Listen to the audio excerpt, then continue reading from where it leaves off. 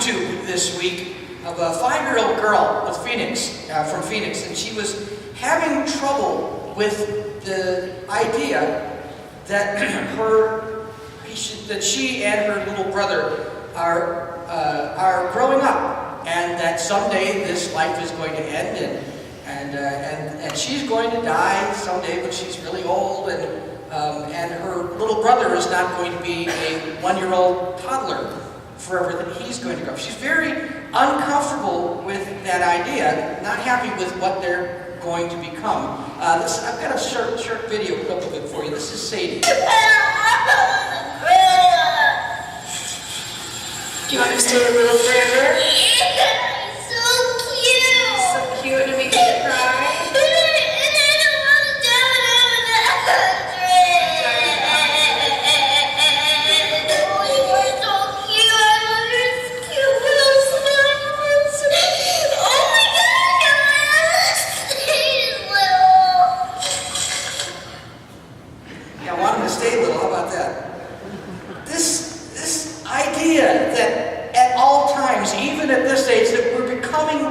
Something else is something that we are often uncomfortable with, especially if we are doing well. Part of the reason that we are uncomfortable with those things, part of the reason that poor Sadie is so uncomfortable, is that we don't know what it is we will be. I mean, we know we're becoming something else. We know we're getting older, but we don't know what we will be. And it's hard to realize that we don't have complete control over what we will be, what we are becoming, even though we are changing every day. We have some control, but not entire control. And in fact, there are many variables in life that are out of our hands. We don't know if we will like it. What if we don't like what we become as we age? There's a new software out there which, well, it's been around for a little while, but it shows you some idea of what you will look like in 20 years, what you are becoming. I know it sounds a little scary, right? So I decided to try to see what I was becoming, what I would look like. And the first one is a picture of what I'm going to look like in 20 years, according to one piece of software. Now, to me, that looks like a mob boss, or maybe a bouncer or somebody. Kind of scary, right? So that's me in 20 years. I'm not sure I like what I'm becoming, if that's going to be it. And then there was the second one, is what I will look like in 30 years. Do you have that? Somehow I seem to keep stretching horizontally. I don't think the software is entirely accurate, although I got an uncle who looks like that. Now that's what the software says that I would look like. But let me show you what I imagine I would like to look like in 20 years. That's what I expect to look like in 20 years. You know, we live with the sense that things are working against us. I'm probably going to look like one of those pictures, one of those first two, even though I would like to look like the third. And that's both true and untrue. Our bodies are slowly aging, and they are decaying, and they are failing in the way that they do. And there's a sense among us that that is a bad thing. As if God was unhappy with that, as if God didn't design things to work that way. But the truth is, we are actually getting wiser. And that is a real comfort. Yesterday I had lunch with a former parishioner when I was out in Oakland, California. He was a junior high school kid when I was out there. And you know, when I look back on the ministry that I did out in California, I was 26 when they called me. And I can always think of the things that I wish I would have done differently, just because it was my first church and I'd never done it before and I was inexperienced. And I looked at this young man in his early 30s now, and he is still involved in youth ministry with the same guy who was doing youth ministry at the church that I served. I remember riding home from this dinner that I had with him and thinking, how is it that despite all of my inexperience that he still seemed to grow and still seemed to do so well? We are getting wiser. We don't make the same mistakes that we made when we were 20 or 30 or 40. As people of faith, we have a different perspective on this whole process of aging. As people of faith, we believe that we are not plummeting towards failure and destruction. The process of aging is not losing the battle. In fact, as Bernie read this morning, when we read this letter that Paul writes to the church in Rome, Paul says that as we go, we are being conformed more and more into Jesus' own image. We are not looking more and more like that aging software. We are looking more and more like Jesus. I want you to think of the images that you've seen on television and on the computer where they morph one face into another. I remember back in 1990, Michael Jackson put out a video called Black and White, in which he had all of these people from different parts of the world, and one face would morph into the other face. It would just slowly, through the software, change into a completely different face. Can you imagine what it would be like if your face morphed into the image of Jesus? It's not only our looks, in fact, it actually isn't our looks, but our entire existence that is in the process of morphing into the image of Jesus. Can you imagine that? Even when you feel like you're aging and losing and declining, you are morphing into the image of Jesus. This is what Paul tells us as we read this letter to the Roman church. It was a church that Paul wrote to. It was a letter he sent to them. He had never actually been to the church in Rome, but he was writing to them to kind of establish his credibility. There were people who had questions about what Paul was doing. Paul was not necessarily running around with the authority of all of the rest of Jesus' followers. He was kind of on his own and didn't feel he needed to answer to them. And he was also seeking the support of the Roman church as he went out and tried to start new churches in new towns. And so in order to get that support, Paul is probably writing this letter, telling them all of what he believes about what God did through the person of Jesus. That the letter to the Romans explains what Paul thinks happened when Jesus died and how God used the death of Jesus to save the world from sin and destruction. He also tried to explain the fact that even though Jesus has saved the world and that he's up in heaven, the world still seems to be similar to the way that it was before Jesus died. I mean, if God has saved the world, if Jesus died to save the world, then why hasn't the world changed? Why is it not dramatically different? Or why didn't God bring an end to the world if Jesus saved the world? Why is Paul still writing about it 20, 30 years after it happened? And what Paul is saying is that this period of history in which he was living, the middle of the first century, that all the things that were happening was part of a larger plan that God has to save the world. It's not a mistake that Jesus hadn't come back yet. It's not a mistake that the people weren't really accepting of Christianity right away. It's not a mistake that many of the terrible things that were happening before in the world are still happening. It's not a mistake. It's not that God forgot. It's not that God got tied up in other things that were going on around in heaven, and that's not what happened. And it's not that God is running late. It's not that God is behind schedule and people are being put off. This is the way that God chose to work in history to save the world. And while that is going on, we are being changed into the image of Jesus. But people didn't always feel that way. People didn't always feel that things were going forward. In fact, as many people do today, during Paul's time, people thought that things were declining, that things were getting worse. I mean, people were going out and telling folks about Jesus and trying to start churches, and they got a lot of flack for it. Now, if God was so solidly behind it, why didn't God make it easier?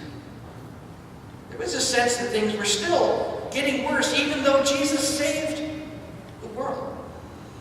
Instead of Jesus being called the Son of God in that era, in that place, the Roman Emperor was being called the Son of God. And even put that on Roman coins that people used to pay for their stuff. They put Son of God on the coins just to reinforce the Roman belief that the Emperor was the Son of God. Why wasn't Jesus widely accepted as the Son of God? Instead of Christians being more successful in overcoming the persecution that they were suffering more. They were getting put into jail more. They were being tortured more. They were not being welcomed, even though Paul is claiming that Jesus had saved the world, and they're just letting people know about that. There's also a sense among the people in the churches that they don't know what to ask God for. They don't really know what they need, which seems a little odd. And so if they don't know all of this, if there's all this lack of success, if it looks like people are losing instead of winning, does that really mean that God isn't behind it after all? I mean, wouldn't God make it easier for them to win if God was all powerful? And why would God set people up for failure? Why, from a faith perspective, do they look like those first two pictures of me instead of the third one? Paul reassures people that God is working through everything in the universe. The interaction of people, the interaction of the planets, everything that happens in the universe, God is slowly moving and massaging things for the good, for our good, for our benefit. And Paul says something interesting here. He says that God knew ahead of time what God was going to do. Paul uses the word predestined. And oh, if I could tell you how much debate there has been about what Paul meant when he said that. It sounds as though God has chosen what was going to happen and how salvation would take place and who would be saved. The debate over what Paul meant when he said that people were predestined, that God foreknew, that God predestined people, has been going on since the 400s AD. People have wondered, does that mean that God chose certain people and didn't choose other people? Did God choose some people to go to heaven and some people to go to hell? Back in the 1500s, there was this raging debate, especially in Switzerland and France.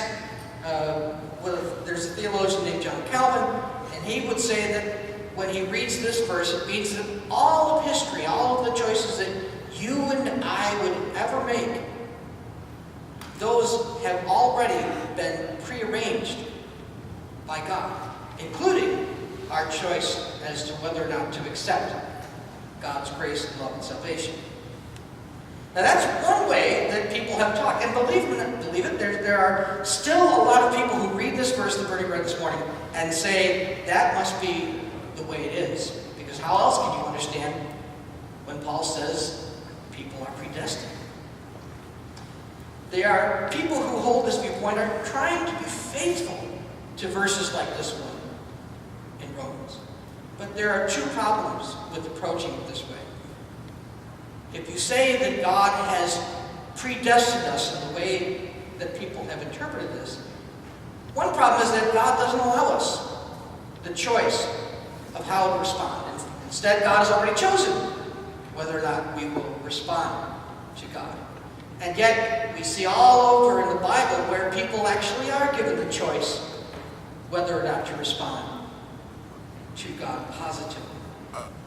The other problem with looking at things this way is that it is unjust for God to predestine people to judgment. That doesn't match up with all of the other just images, fair images, loving images we have of God in the Scripture. I don't think Paul is saying what people like John Calvin and others have said he's saying. He is not saying that God has looked ahead in history and picked out certain people from history and said, I'm going to choose for you that you are going to accept me and go to heaven. Paul is just trying to reassure people that the world is not out of God's control. God is still working in the events of history for our betterment. And we still believe that today. The plan that God has, whatever that is, even though we don't know it, is still in effect. The world is not careening out of control. God is still God.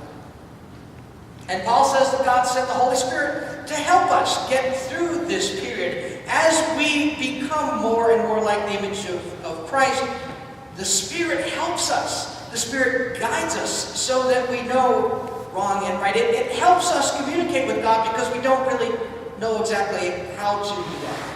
Sure, we come here to church and we've been taught how to pray to God, but we don't really understand how to communicate to God. And the Spirit helps us do that, according to Paul. It's like an interpreter. It's like an advocate, a go-between. But it is God's own self, too. Paul uses the imagery of a courtroom in this passage to say that the reality that we see around us, even though it looks like we are declining, that things are out of control, that we're losing the battle, that is not the ultimate reality. Even if it feels like it, even if that's the perception. Paul says it's like life putting us on trial. The events and the people around us make it feel like we are being put on trial, like we are the plaintiff in a court proceeding, Paul says. They question our faith. They question our integrity. They question our parenting skills. They question our work ethic. They question our values, our morals. They make us ask ourselves questions. Is your faith valid? Are you a hypocrite? Does God really love you at all? But Paul says that in this courtroom imagery, God is the defense attorney, sitting there at the table with us, arguing on our behalf. And he says that we are justified by Jesus' death. There's no real charge that life can bring against us, even if we feel like we're losing the case. There's no charge. It's not that you and I really are guilty of anything, it's that God has already cleared us. It's going to be no trial at all, he says. So what looks like a court trial that calls us into question is really a failed attempt to call a win a loss. What puts it over the top in this case is God's love. And Paul says that that love is demonstrated in the world in the giving of Jesus, the image of an only Son who was sent to die. God's love is more powerful than any force, perceived or imagined, that may appear to be working in the world against us. God's love makes us conquerors over the trials of life. It assures us of an eternity with God, an eternity of being like Jesus, of being like this image that we're becoming. I don't have to tell you that life is temporary, that the things that we see here are not going to last forever, and they will be gone before we know it. But it is not a losing battle. God's love is the same kind of love that is expressed by that little girl in the video. It is the reason why the world is good. and we are good, and life is good, and the future is good. There are people out there whose job it is to tell you that the world is going down a seemingly irreversible path of destruction. Their job is to create the fear in you that everybody is out to get you, that everybody's out to take your money, that people want to take away what few advantages you enjoy in life, that your body is teetering on the edge of imploding. They say these things not because they personally care about you, but because they want you to keep watching their show or keep listening to their program. A sense of impending doom sells. The problem is that it is just not the truth. Instead of imagining yourself rolling helplessly down the hill of destruction, imagine yourself as though you were conquering, through God's love, the challenges that you face in life. Can you imagine yourself aging gracefully? Enjoying the coming years of your life instead of dreading them? What would it be like if you were a conqueror in that area of your life instead of losing? Can you imagine enjoying your life with your children instead of constantly feeling defeated because they aren't exactly the people that you imagine they might be? And you see yourself as being victorious through God's love, even if they don't make choices you wish they would have. Can you imagine declaring yourself victorious in your career, whether or not you meet certain career goals? At the end of your life, victory isn't going to be measured by whether or not you were the CEO, or the janitor, or the server, or the factory worker, or the lawyer, or the surgeon.